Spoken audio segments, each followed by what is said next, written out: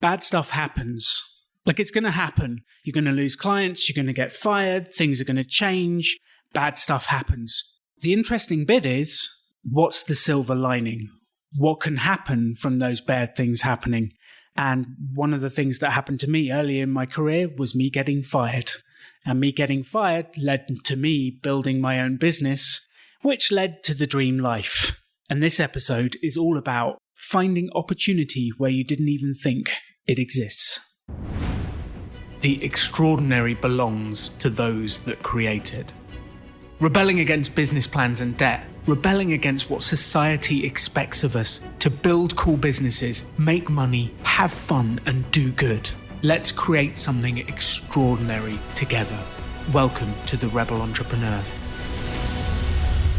So this episode is a little bit different. I've got with me Josh Bond. Josh, welcome to the show. We actually met this morning, didn't we? Yes, on a bike ride going to Tule in the middle of Oaxaca. El Árbol del Tule, which is the largest or the widest tree in the world. Yeah, 58 meters diameter. It was quite something. Yeah, I wish it wasn't blocked by COVID signs. It would have been better. I know. But it was still good. And I was asking you on the cycle or on the walk back about your business, what you did, and you had a fascinating story. And then I thought, well, this would make the perfect podcast because I think the listeners to the show will get a huge amount out of this. So let's start sort of where you were. You got a degree in engineering, didn't you? Yes. So a part I didn't tell you, I was actually in the military. Were you? So I was in the military in the Navy for 6 years out of high school. Didn't have a lot of opportunity. My family moved a lot, so I was constantly switching schools, always behind. Moved in with my grandma. She got me through school at the end of senior year, and I didn't want her to have to pay for college. I got this random, there was a career course, and I picked out, of all things, air traffic controller because I like planes. And believe it or not, that week, a VHS tape, we're talking in the year 99 or 2000 here, arrived in the mail, and it was a Navy recruiter, and there was a air traffic controller on the tape. Oh, wow. And it was explaining how you can basically, why go to school and pay for school when you can get paid and have a career and get paid to learn? And I was like, wow. So I joined the Navy, ended up not being an air traffic controller. They told me it was very high, like suicidal, it's a very stressful job, like landing airplanes on aircraft carrier in wartime. It sounds stressful. It sounds very stressful to me. So I actually got into intelligence, and I was a cryptologist at the time. And they sent me to a school of cryptology in Pensacola, Florida. And they sent me to school for 3 years, which obligated me 2 additional years to my recruitment. So I had to do 6 years total. When I got out, I was ready to get out after the 6 years. I did my part. I was very successful. I had a lot of money saved in the bank. And 2 days after getting out, I took a backpack and went to Europe. We're talking today about me backpacking, or I was talking to your wife about this actually. And backpacked Europe for 4 months, right out of the military. Came back. As anyone knows, traveling is a big habit or addiction, and it's an expensive one. So I started looking for jobs. I had a security clearance from the military, and they had paid for all my schooling. All these credits transferred over to the local university they were all electronics courses. So I became an electronic engineer through that. And I got hired by a company called Raytheon, which is one of the largest self-defense contract companies in the world. I worked with them not very long. It was about 8 to 12 months. And then in 2008, wasn't the pandemic, but the first economic crisis we've had probably the financial crisis. Yeah, in our lifetime, I'd say. I was actually on vacation in Brazil on like a 2-week vacation, and I got an email saying, we don't need you back anymore. They're downsizing everything. And so they fired you whilst you were on holiday? Yes, and I believe they were planning that. I believe they were planning that. You're kidding. Because they allowed me to go, and I had previously asked for a raise. And I was working in Los Angeles, living in San Diego. And I was promised a job in San Diego, but the contract didn't get signed. Details I don't even know, above my pay grade, I guess. And so I get this email, and I was like, well, I'm in Brazil. I don't have a job anymore. I go back to San Diego. So in the beginning, I didn't know what to do. Jobless. I had a friend that was on the boat with me in the Navy, and he started working on private yachts. This yacht pulled into town, into San Diego. It was for a big billionaire that owns the Phoenix Suns basketball team, actually. And he asked, hey, Josh, do you want to come help us, basically wash the boat? And I was like, sure, we'll pay you, $25 an hour under the table. I was like, oh, that's a great wage. Of course, I'll go do that. This time I'm 25 years old, I believe, 25, 26. So as I'm there, I'm looking around the boat and I'm looking at all these radars and stuff I'm familiar with because I have an electronics engineering background. Yeah. So I asked the captain, like, hey, who do you contract or who fixes these radar systems? And they're like, well, we pay so-and-so, like $200 an hour or something. I was like, why don't you just give me like $50 an hour and I'll take a look at it, and start doing that. Well, this was great when there was boats in town, but San Diego isn't like really the epicenter of yachts. They're more in Fort Lauderdale, Spain, the Caribbean. So I was in and out of work with that. It was cool when I was there, but I was going out on the weekends with whatever money I made during the week. And it came at a time where I was low on money. My birthday was coming up. It was like my birthday is August 10th, middle of summer, like busy time in San Diego. Everyone's trying to go out and do stuff. There's this new club called Voyeur Nightclub. And it was the first Voyeur Nightclub. Voyeur, yeah. If you know what voyeur means. I do, yeah. I was wondering what you would be watching. There's nothing like that, but we had these amazing DJs coming into town. It was like the first nightclub probably on the West Coast to bring in good quality electronic music on a consistent basis. So my friend Drew Downey Jr., I don't think that's his real name, but that's the name he went with. It's a great name. It is. It's Drew Downey Jr., and he spells it DRU, not even like, so doubt that's his real name. He offered me for my birthday, hey, would you like to fill up a party bus? You know a lot of people. We can pick up from your house, have people come over, pre-drinks. I'll pay you, $150 if you fill the bus, and then I'll give you, 3-4 free bottles at the nightclub, and you just have a free night with your friends. I was like, yeah, that sounds great. Basically, that's what I'm going to do for my birthday this year. It sounds like, yeah, that would have been my 26th birthday, I believe, or 25th. I don't know, something like that. Something like that. So I did that. The next week I was like, hey, can we do this again? A lot of people are asking, like, they want to go back. Like, hey, can we do that same thing again? Like, a lot of my friends are meeting girls who now, some of them are even married to. They met on this party bus leaving my house. My best friend literally married a girl from Turkey who I met running on the boardwalk that morning, invited her to come on a party bus, and now they're married. Oh, wow. Crazy, yeah. So this continued for a month and a half of me kind of running these buses for this guy, Drew Downey Jr. And eventually I thought, man, this is a lot of work. This guy's kind of showing up late. He always has like the key ingredient to the night. Like he would have like the wristbands or the alcohol or something. And people were like, it kind of made me look bad because of my friends, my house. I was actually the one messaging the nightclub, the host. I was doing everything. I was like, man, how can I, I guess, delete this guy, get him out of here. Which you wouldn't have been thinking if he'd have always showed up on time, if he'd have always added value. Give me an opportunity. Yeah, and you don't think about that until it doesn't go like you want. Then it creates the thought, how do I create change? Yes. So it sounds as though poor old Drew created his own problem. Yes, a bit. Yes, exactly. So one week, I decided to boycott the bus. I told him I wasn't going to do it, but he still planned it thinking, people will still show up. People have been coming every week. And I kind of told some of my friends, let's go out to another place. The bus pulled up to my house, this party bus, and there's no one there. Drew comes late, as always. And he's like, what? You really didn't do anything? I was like, no, sorry, I told you. Like, it's not worth it. Like, it's not worth my time anymore. So he rode the bus by himself downtown. Ouch.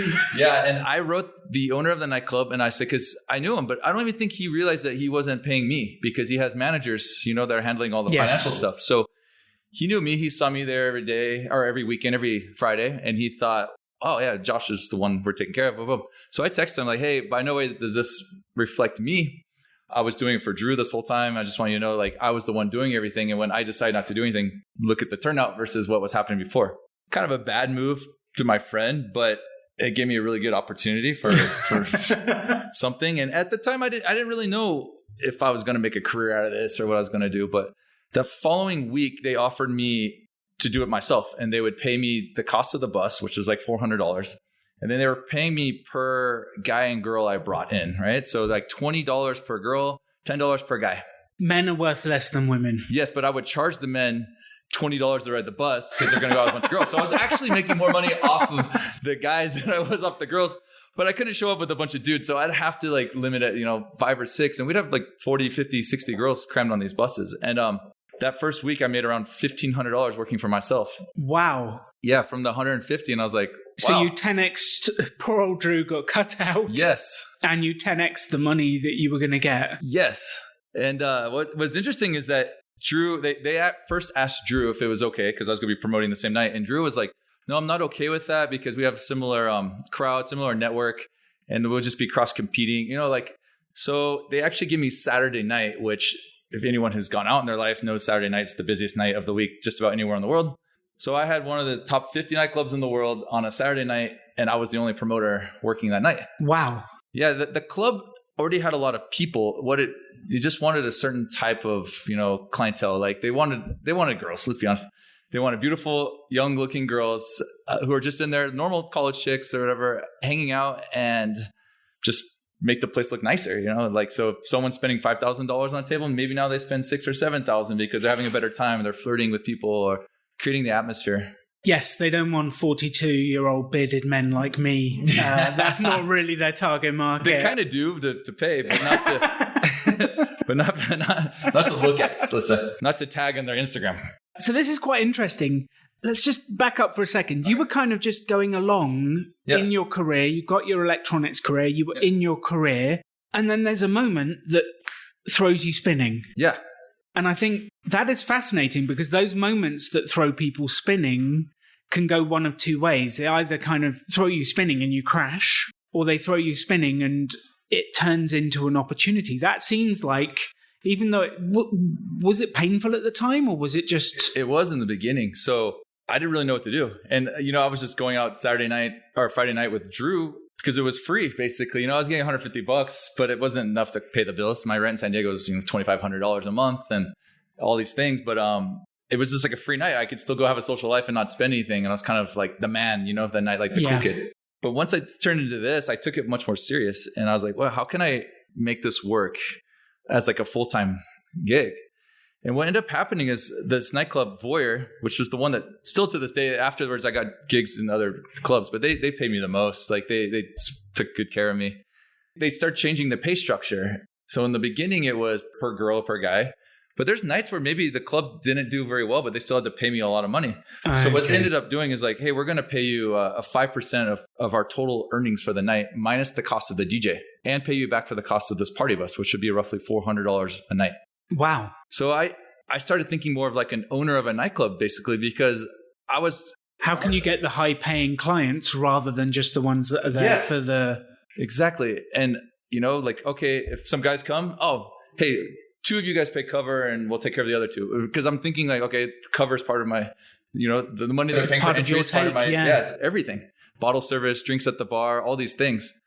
And it really changed everything. And I think the nightclub did better when that started happening. Isn't that interesting? Yes. So they incentivized you in a different way, which got different behaviors, which actually benefited both of you. Yes. Which I think works in every business. I think if you give someone, like had Drew just give me a percentage of the business, I probably would have never left him because I would have been happy working with it. I would have been frustrated at times, but probably would have never left. But the sense that like he didn't really do much and I was doing everything. And I realized I was the one with all the contacts. I really didn't even need them. And that's what pushed me to move forward. Yeah. It's really interesting because I say this quite a lot on the courses. People think that business is a zero-sum game. And what I mean by that is if one person is going to get ahead, someone else has to lose. Yep. And they see that as that's how business operates. One person gets ahead, one person loses. One person does this, one person does the other. And really, business is not like that because if I help you be successful and you become wealthy, I can become wealthy at the same time. And for me, business is about us all becoming more successful at the same time. It's a journey with a team, like a marriage or anything, right? I think if both people are contributing, it's going to be better. And you're working towards the goals. You're working towards what you want to do. Yep. And what was smart, the nightclub knew what you wanted. You wanted to grow a business. You wanted to make money. You knew what the nightclub wanted. They wanted busy nights. They wanted to bring money in. And the more you helped them, the more they loved you. Yep. How long did you end up working with them? They shut down in 2014 while I was on another vacation, believe it or not. So I did a road trip with a buddy I met in a hostel in Sayulita. He's from New Zealand. Came to San Diego for a week. I was like, hey, let's cross the border and rent a car in Tijuana and drive to Cabo San Lucas. And it was an amazing trip. We got to La Paz, which is about a 2-hour drive from there. And we're there. And I get this message from someone, this girl on Facebook. I remember a messenger saying, hey, you're not going to be here for Voyeur's last night? I was like, what? No, they would have told me for sure if they're going to close. But no, the owner he didn't want to tell people ahead because he was worried that people might steal or do things. So he just that morning did that. Wow. And the manager didn't want to tell me because he wanted me to enjoy my vacation. But I was like, there's no way I'm going to miss this last night at this place I've been supporting forever. So we found the local rental car place, which is the same company, Fox Rent-A-Car, dropped off the car, had to pay $500 to drop it off because we're in La Paz and like someone's going to have to drive it back to Tijuana. Yeah. And got a flight and went back. And that was one of the funnest nights ever going out. It was sad. People were crying. It was like a very interesting place. Like the same group of people working there almost the entire time. I was there from like 2009 to 2014. And yeah, very weird day. But that ended. And then I was kind of back in the same boat where, what am I going to do again? Because I was getting paid so much, and my expectations were I was getting used to getting, at that end point, it's adjusted to 7.5% of the total. So I was getting paid a lot, $3,000 to $6,000 a night, and then I was doing 2 or 3 nights a week. I was doing a lot of money just promoting a nightclub. And that was your one nightclub. Yes. So you had some concentration risk. And what I mean by that is concentration risk is where all of your eggs are in one basket. Yes, I wasn't a distributor or diversified very well. I would do random gigs here and there and they would let me. But I don't know. They were paying me so much more than anyone else. Why would you? Yeah. Someone else might be, here's $200 or something. I was like, wow, I can just go there again and get 7.5%. So I stayed doing that. But when this ended, a lot of people knew who I was at that point. So I started doing gigs. I was also doing these gigs to Vegas with groups of girls where places in Vegas would pay me, MGM Grand, owned by Hakkasan Group, to bring, 60, 80 girls to Vegas for free. Yeah, I can't even go back to Vegas as a normal dude anymore because these trips were insane. I'm talking like we're walking through the casino with these girls had to be handpicked, which was kind of like the part of the job I didn't enjoy too much is that you had to kind of be like a douchebag, be like, oh, sorry, you're good, but your friend can't come. But it was they had to submit photos, these things. But when you walk through the casino with 60 very beautiful girls handpicked, and then you see guys like Kanye West and Snoop Dogg at the front gate, and we're just walking past them with 60 hot girls, and they're looking like, wow, who are those 5 guys, Because those trips are a lot of fun. One of the gigs I actually ended up getting was working for Hakkasan. So I don't know if you're familiar with Hakkasan Group. They're the largest hospitality group in the world. So they own the Omnia nightclub in Las Vegas, and they have several Omnias in Los Cabos, Bali, I believe. They have hundreds of nightclubs. It's $1 billion corporation. But working for them wasn't the same. Having a job in that industry, it sucked. I got paid less. I was kind of in charge of the promotions team for the new Omnia nightclub that opened. And I quit after 2.5 months. They're paying me less. I thought that I was going to have, I had a lot of room to grow within that company. But at that point, I decided I don't want to work for someone else anymore. It's interesting when you get a taste of being your own boss. Yeah. So what did you enjoy so much about being your own boss the first time? What were the benefits? That if I worked harder, I received more. I think that's the best part. Or if I wanted to slack off and just take off for a couple of weeks, it was okay. I was the one paying for that. But when you work for someone else, you don't have that decision. And this industry is interesting because they're just stealing your contacts. So we have guest lists and I'd have to submit their emails, all these things. So I was just building their database that I'd built myself. And I didn't like that. And we had to submit this, and yeah, I didn't like that at all. And plus I had to be there for so many hours and this.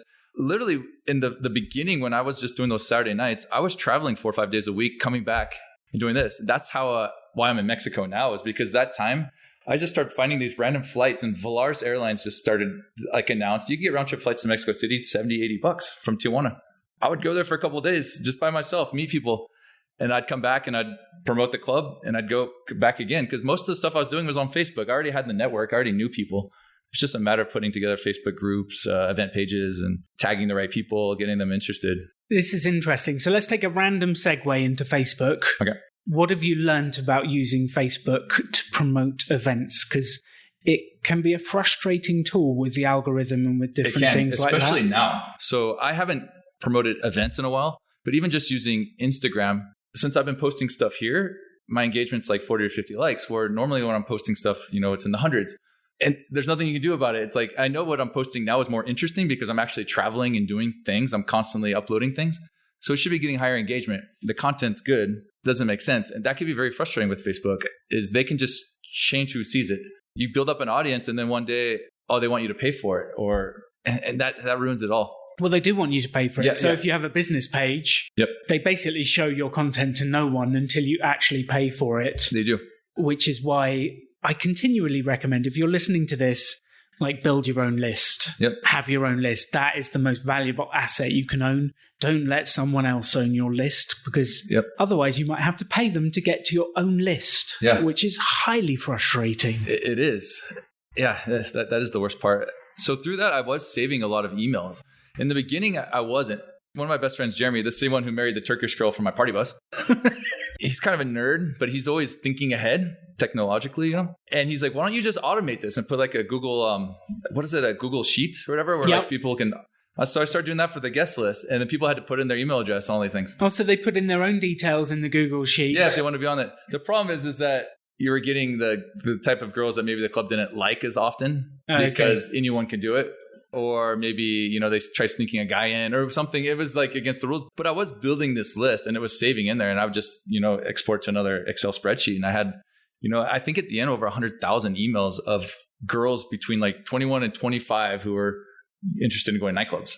There is a very specific target market. It is. Very specific target market. And very organically grown too. Yeah, which I think is what I've said to people. So if you're listening to this podcast now and you haven't yet started building your list, just start, because you will be so grateful in 5 years' time that you started, because you'll get 100 people this year and 200 people next year, and then it'll start to grow. And then it's exponential growth, right? In the beginning, it's slow. And then through time, just like when any business or like any sort of experience you're trying to provide, the first year you're trying to find people, but then through time, those people keep coming back on their own, and then they tell their friends, and it just boom, it starts exploding.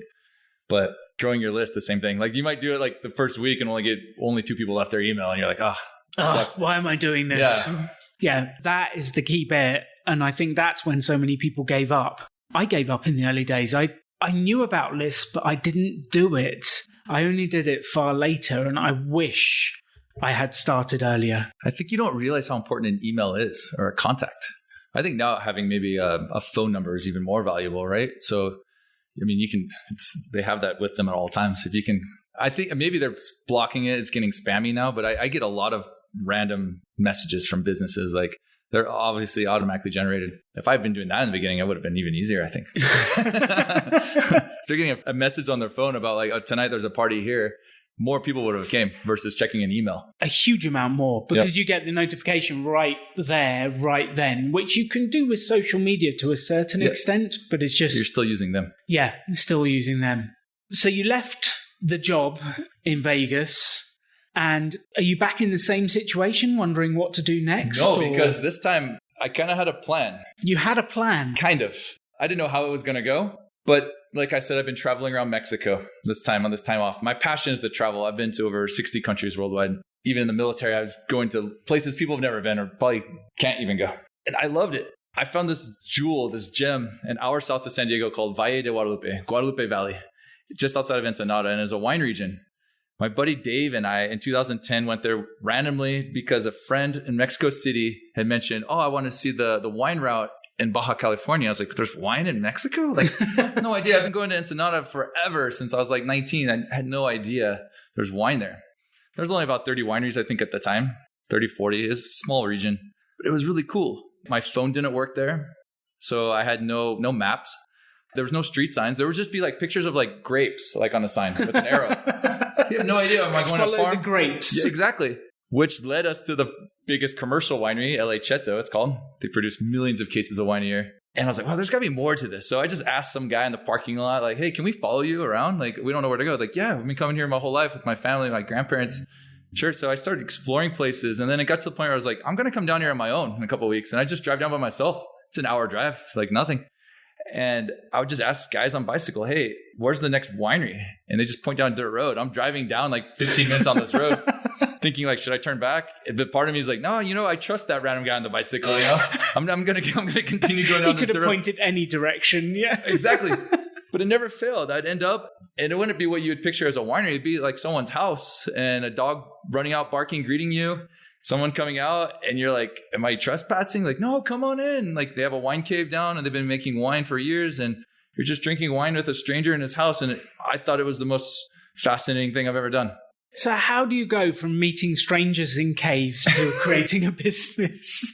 That's the thing. So around 2014, I was thinking, wow, I'd love to bring more people down there. I've been going down there now 4 years. How can I do that? I would just come down with some friends, show them around the places I know, but I was always interested in finding more spots. I started looking for domains, and I was looking for not so much direct. I was looking for off the beaten type names because I thought all the direct names would be taken. But the names I was looking for were taken. And then, on GoDaddy.com, they list like other available options for domains. Mm-hmm. BajaVino.com was available, which if anyone knows in Spanish is Baja Wine. Yes. That was available of all names. I couldn't reach for my wallet fast enough to pay for it. I was like literally like struggling. I was like, so I bought that. I bought the .mx, like everything. I got even the misspellings, Baja with an H instead of a J. I was like, wow, no way. I was like, that's insane that BajaVino.com was available. So at that moment, I'd say 2014 is when I started that. 2016 is when I left the little club industry. So I was kind of doing this for a couple of years, but not really making money off it. I kind of wrote down this business plan. I had this idea of like kind of being like the Expedia.com of this region and just being like a middleman and taking maybe commissions and people, if you want transportation, you want a hotel, you'd go to my site because I have the most like direct name that's just like, it's BajaWine.com. So it would probably search well on Google, like everything. But what was starting to pay was more just like the tours and just bringing people. That was cash in hand that day. And that's what I really fell in love with. I had a friend who owned a house near Ensenada and he lived in San Diego and this house wasn't occupied. He's like, oh, anytime you want to stay there, just go stay. So I had this free place and all this was happening and I wasn't very happy with working for Hakkasan Group. So I just didn't go back. I was like, hey, I'm not going to go back and I'm going to go fulfill my dream because this was taking me away from what I want to do. It's like, sure, yeah, I could work in this corporate nightclub industry, which is a weird thought to be. A weird mix of entertainment and corporate structure. Yeah. Just a bunch of douchebags it's like everything you think about like a door guy, like that bouncer, like asshole kind of guy, but in a corporate setting, it's like way worse. So I just gave up and I went down there and I had this free place to stay.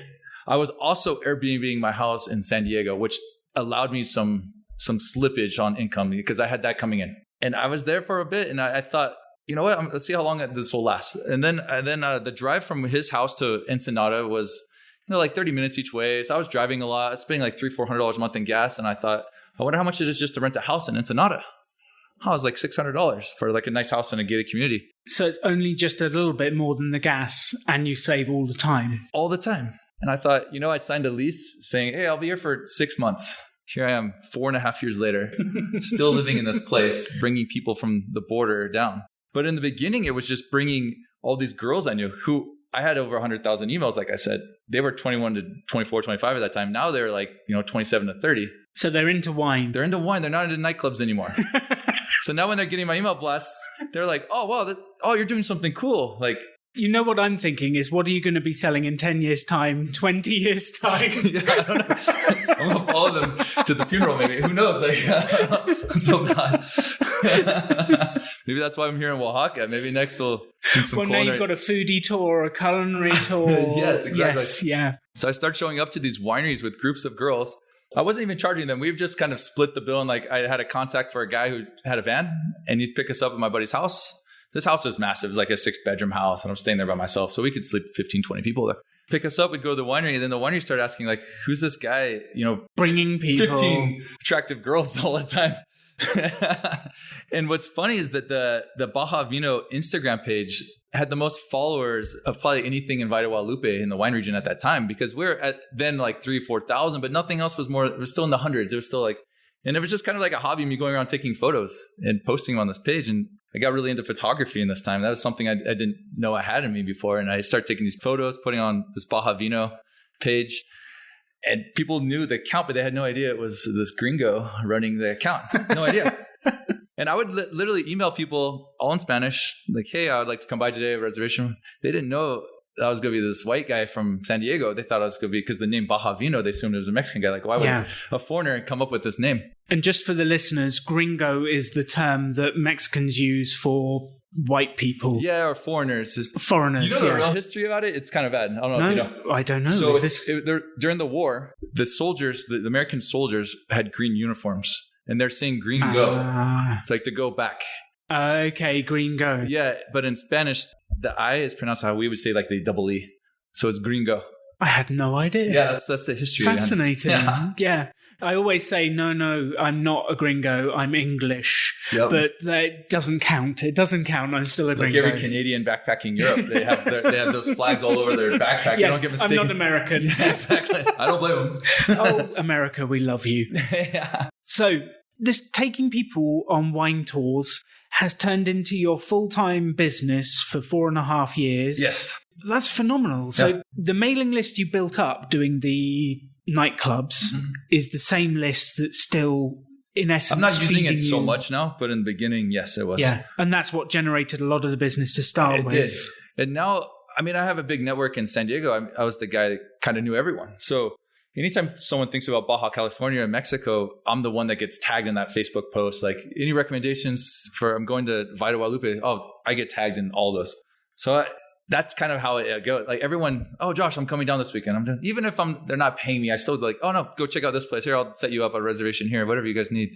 So I'm kind of like the Baja California contact.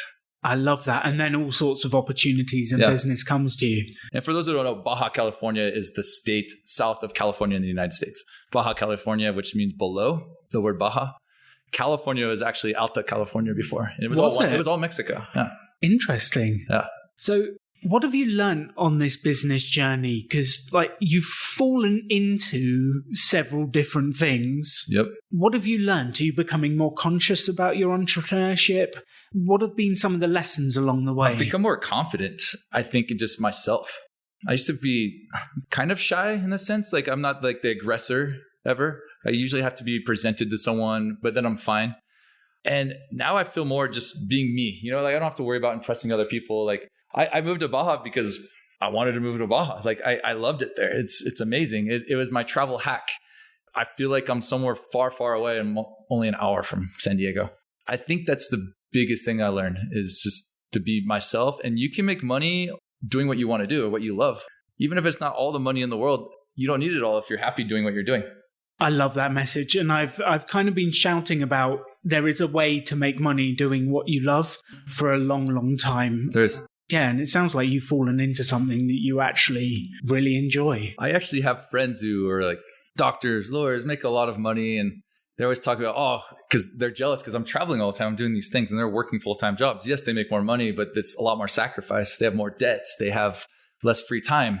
They have to maintain that lifestyle, that job to maintain that lifestyle, right? Well, they're locked in. They're locked in. Like if you've got a huge mortgage, car payments, all of that sort of stuff, you have to earn a lot of money every month to pay for it. Mm-hmm. If you don't have those things, suddenly flexibility, ability to travel, ability to do other things. Yeah. Always remember, I had a job when I was a lot younger for one of the major world manufacturers of electronics.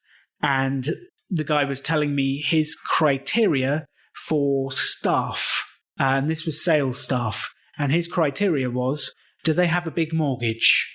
If so, they have to earn every month. Do they have kids? If so, they have to earn every month. Do they have a habit? Alcohol, drug, gambling? If so, they have to earn every month. Those are the people I want to hire for my business because then they have to work. And I find that fascinating. Yeah. People get trapped in those careers and that life. And some of my friends even think, Josh, you can't just be like when I was a nightclub promoter. What are you going to do that forever? It's like, you can't just be a nightclub promoter. Yeah. Like, what are you going to do that? Like, I'm doing all this. Like, I have my life together. This. I'm like, well, yeah, you're going to work all your life to raise up money to live the life that I'm already living without the income that you have. And that's something that, especially in the last few years, that's stuck in me a lot. When people try to, burn me or whatever, say something like that. Like, well, you're just going to live in Mexico and do that. Like, well, yeah, what are you going to do when you retire? Are you going to just keep doing the same thing you've been doing? Or you're probably going to travel. You're probably going to go do things. Or maybe go to a place where your money can stretch a little longer. And like, why not just do it when you're in your 30s instead of your 60s or 70s? Exactly. And you get to have a lot more fun when you're slightly younger. You do everything.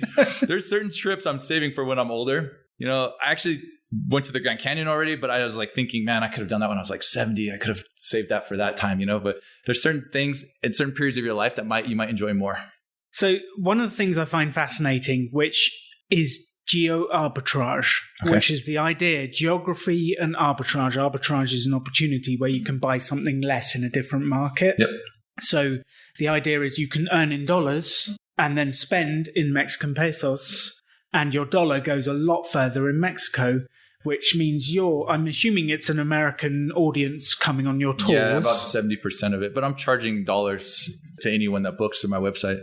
Today, it's a lot easier to do this, right? So many people are working online or traveling and have blogs, a lot of successful businesses. But the way it works there in the north of Mexico, a lot of things they'll be priced in pesos, but very highly reflected upon the dollar. So if the dollar gets stronger, you'll notice all the local prices will go up. Where we are right now in Oaxaca, I don't think the dollar affects anything. The prices have probably been relatively the same for 5-10 years. Like I said, I just got a cup of coffee and a huge, massive piece of banana nut bread, and it was $2 total, Which is about £1.40 for the British audience. Yeah, exactly. It's particularly inexpensive here. Yeah. We went out for empanadas this morning, didn't we? And an empanada was £1 each. Yeah. It's like $1.40 or something. And you think in a market that could be considered touristy. Yes. And it was still that price. Yeah. So your money definitely stretches further when you spend it in different locations. And for those of you listening now, if you can create a business that earns money in the UK, the US, other expensive countries, Denmark, Scandinavia, if you can earn money there and then spend it in Thailand or Mexico or different places, it is unbelievable. The north of Mexico is a really unique location for this. So you have Tijuana, which is, if you look out on like a satellite view at night, all the lights from San Diego and Tijuana is just one big municipality or huge area, metropolis or metropolitan. I don't know the correct word, but that. And I recently went with a winemaker friend to go look at condos he was looking. And I was shocked to see that they're selling for $350,000, $400,000 US in Tijuana for a condo. And we started talking. He's like, well, this is probably the most unique area in the world where you can live in one place, with this cost of living, and drive to work in another country and earn dollars versus that. I don't think that exists anywhere in the world where there's two cities of that size bordering each other and countries where the diversity of wealth is like so far apart. I don't think it exists anywhere. And I'm about an hour south of there. So kind of similar thing. Not quite where I would just drive into San Diego every day to go to work. But if you're in Tijuana, you can wake up in the morning, you can get what's called a Sentry Pass, which is like kind of a fast pass across the border in the US. And they do like a background check and you can cross the border in 5-10 minutes, no problem. The average person waits, up to 2 hours to cross into the US border in a car. I don't know if you've done that before, have you? No, I have not. I've been avoiding that. I tend to like planes. So people can do that.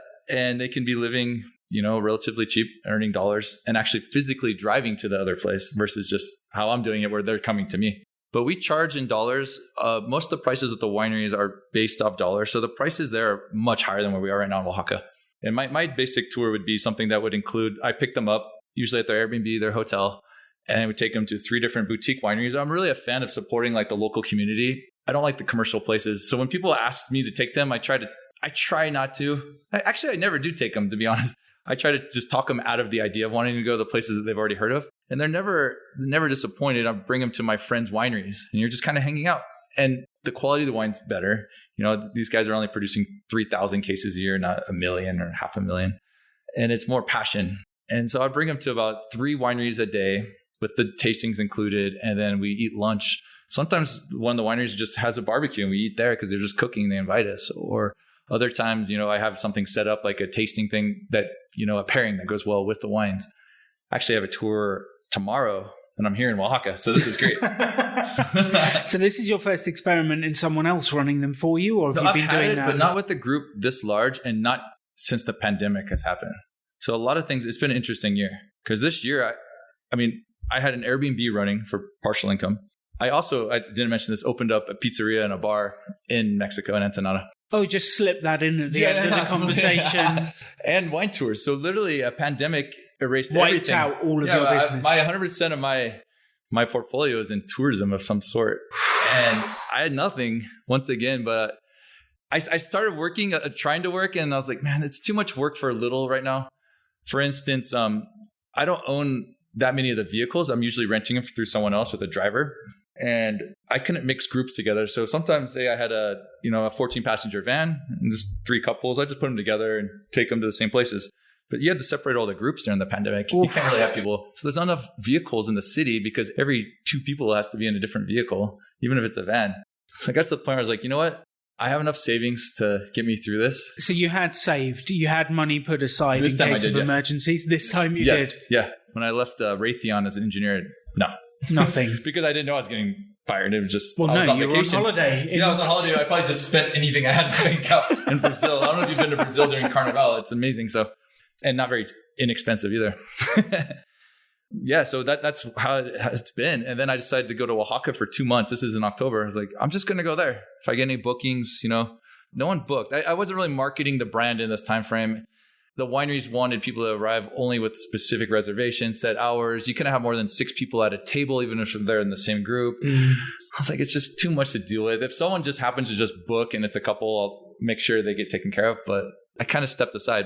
This last month, though, everything's been increasing like mad. It's I think this is going to be the busiest summer for all tourist industries in the world. Well, there's this thing at the moment in the UK. I read a recent article about pent up money. Okay. So people have been trapped at home on lockdown, not able to go on holiday, not able to spend. They've been able to do some house renovations, but they've just not been spending. They've not been eating out. They've not been doing things.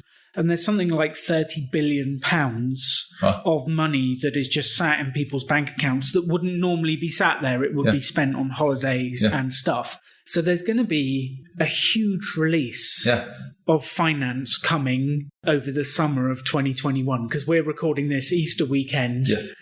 And it's going to be fascinating to watch that be spent around the world. When I was here in Oaxaca in October, November, I think I was telling you earlier, I was just speaking Spanish the whole time. I didn't see very many travelers at all from other places. Now I'm here in end of March, early April, and it's a whole different city. Like people that I met last time, I hear them speak English. I'm like, oh, you speak English? I didn't even know. I've only spoken to you in Spanish. And I see the demographics completely change. So I already noticed how much different the tourism is here in Oaxaca, which isn't even like an easy destination. I'm by the border where people can just drive and return the same day. It's going to be awesome. It's going to be great, I think. So the one thing I always love about this is practical information that people can use to build businesses and create the life of their dreams, because that for me is what it's all about. Like, don't build a business just because it makes you money. Build a business because it makes your life better, because it's what you want to do, because it's what you enjoy. Like, you seem to have fallen into this and then made it a thing, which I love. No. If you were to give some advice to people, what have been the top 2-3 things you've learned along the way? What are the actionable, practical things that people can take away that they can actually use? I think the more happy that business is going to make you, the more difficult it's going to be. So not to give up. If it's something that, like, I value fun or entertainment over money, I'll take, 60% pay and enjoy it over more pay and have to not enjoy my life.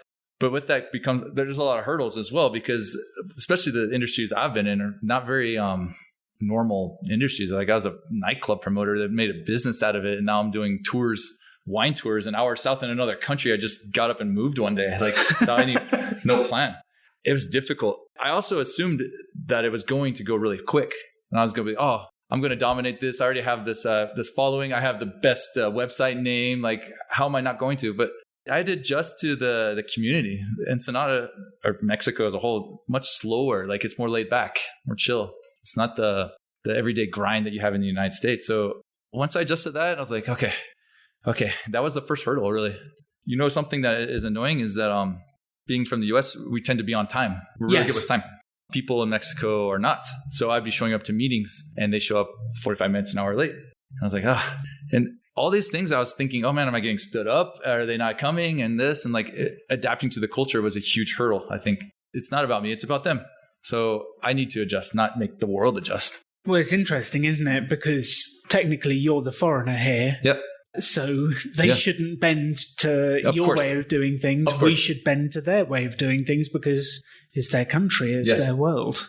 And that, I think, is a great piece of advice for anyone trying to do business in another country, is to fully adapt into their culture. Like, I don't even have friends in Ensenada from the US. 100% of my friends are from Ensenada or other parts of Mexico. And I think me being in that local community also helped push my business a lot, because now they support me. They see me as one of them. Opening the pizzeria local was a huge thing too, because now I had a place to invite them. Like, hey, come to my place, have some pizza, have a beer. So I think accepting it's going to be difficult. The more fun it's going to be, I think it's going to have more hurdles to jump. But in the end, it's completely worth it because here I am traveling, able to run a business from another part of the country. Well, I'm not even there and getting paid to be here in Oaxaca right now. I mean, this is amazing. Yes. It always takes longer than you think it will. And I think that's the bit. Yeah. And my wife has an expression that she repeats constantly, which is, it's not linear. Mm-hmm. And what she means by that is everyone thinks that things are linear growth, that it's 1 + 1 + 1, and you will gradually build up. Business is never like that. It's exponential. Okay. It's like nothing happens for the first 6 months. Yeah. And then something happens minorly, and then something else happens. And then all of a sudden, after 3 years later, it goes crazy. Mm-hmm. But you have to lay that groundwork for a period of time. That's something that took me a while to understand as well, is that me going to the cafe with my computer and doing some marketing, doing this, I'm not receiving anything in that moment. I'm not getting paid, but eventually it will all catch up. And I would notice, like, if I was on Google updating things, doing SEO, it didn't happen then, but then all of a sudden, 3-4 months later, oh man, people are calling me out of nowhere. Like, but obviously it's because of the work that has been done. And I tend to get complacent sometimes where I'm just happy with how things are. I'm like, no, it's not about the moment. It's like what you're doing now, maybe in a year, maybe 2 years. And with this type of job is a lot of revolving clients. And I'm really starting to see that now where people aren't going to go to Mexico more than once or twice a year, maybe, like even if they live in San Diego, but they'll go, 2 or 3 times every 5 years and recommend their friends. And now I'm starting to get all these repeat customers, and now it's starting to grow. First couple of years, very slow. Oh, it started off quick because I had this network right away bringing. And then once I went through them. You've gone through the network. Yeah. And then who's next? Yeah. And it's also an interesting trade. So I'm pretty good with digital marketing, Facebook ads. And I would set up like ad clicks, call them straight up, like after like a lead gen. And I would just call them. But I couldn't ever get the sell in that point because there's too much for someone to do. Say I was in San Diego and just going to a local winery. Yeah, they can just book right there without much planning because they know they'll be back home that night. Yes. But to go to another country, they have to consult with their wife, their friends, like, where am I going to stay? And they're just talking to a stranger on the phone. It's a lot. So to follow back up, that's kind of where I lose a lot of them. I'd say most of my customers now are all second, third visits. Like they've come back. But that's the hardest sell point because think about, like, if I just called you and you're like, oh, it's in Mexico, that thing I just filled out. Oh, I would love to, but I don't know, because now they need 3 or 4 days to go. They can't just go for the day and come back. They can, but it's more difficult. Yes, and you need to organize people. You might have to organize childcare. Yes. There's a whole bunch of barriers to doing it. And we definitely found that. So my business, the Rebel Business School, we run 2-week-long business courses. Mm-hmm. And we basically invite people, they've never heard of us. And then we say, come to a 2-week-long business school. And it's a bit like our first date is 2 weeks long. Okay. That's a really tough thing for people to commit to because, like, how do I go for 2 weeks? Yeah, it's like, what do I organize? How do I do it? And then you have to find ways to create connection first so that people can trust you. You have to start to build up a mailing list that people start to hear about you. And then it doesn't become such a big thing after they know you. The revolving clients help a lot because if a friend has already done it, you're going to take their word. For instance, my tour tomorrow, this friend of someone that just did a tour last week or 2 weeks ago with me. And they're like, just sending me money on Venmo, like a PayPal thing, like to a stranger. Because I told them, well, yeah, you could pay through my site, but the booking agent, will add a 6% fee, or you just pay me since I already know you through someone. And they're just sending money to me, not knowing, but it's because they trust, because it's trust. The foundation of all business is trust. It's trust. And if you've got trust, it's quick, it's easy. If you don't have trust, it's expensive and painful and slow. I feel like businesses here in Oaxaca rely a lot on trust because the marketing's different. It's more word of mouth. You see businesses that have been here forever, right? Like coffee shops, 100 years old. Like it's really a remarkable place, but they didn't get there with, digital marketing. So it's just people trusting that, no, so-and-so makes the best this, and people keep going, or like. Yeah, they don't do any of that. They don't bother putting themselves on Google Maps. They rely on digital nomads or travel blogs that say, go to this street corner, turn left, and it's the third building on the left. Yes.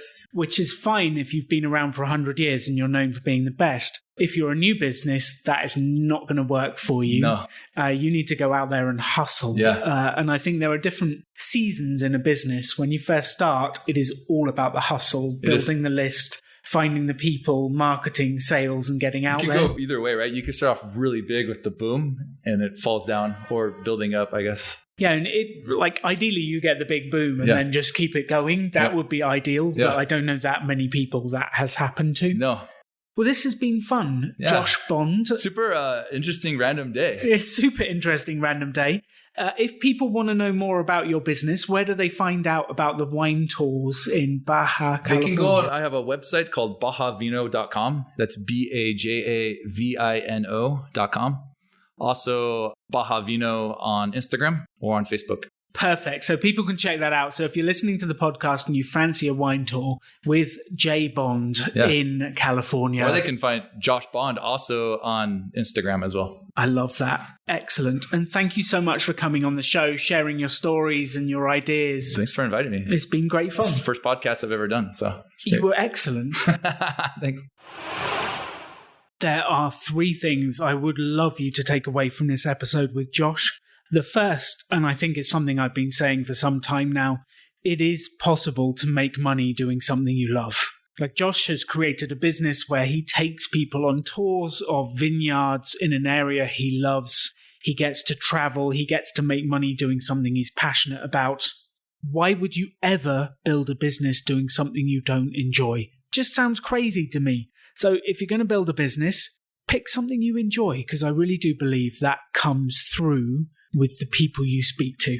The second thing I'd love you to take away from this is the power of the list. The list of people, the list of potential customers, the list of people you can speak to. That's one thing Josh built during his first business as a nightclub promoter that actually helped him in his second business. And I joked about what is he going to sell to the same people next.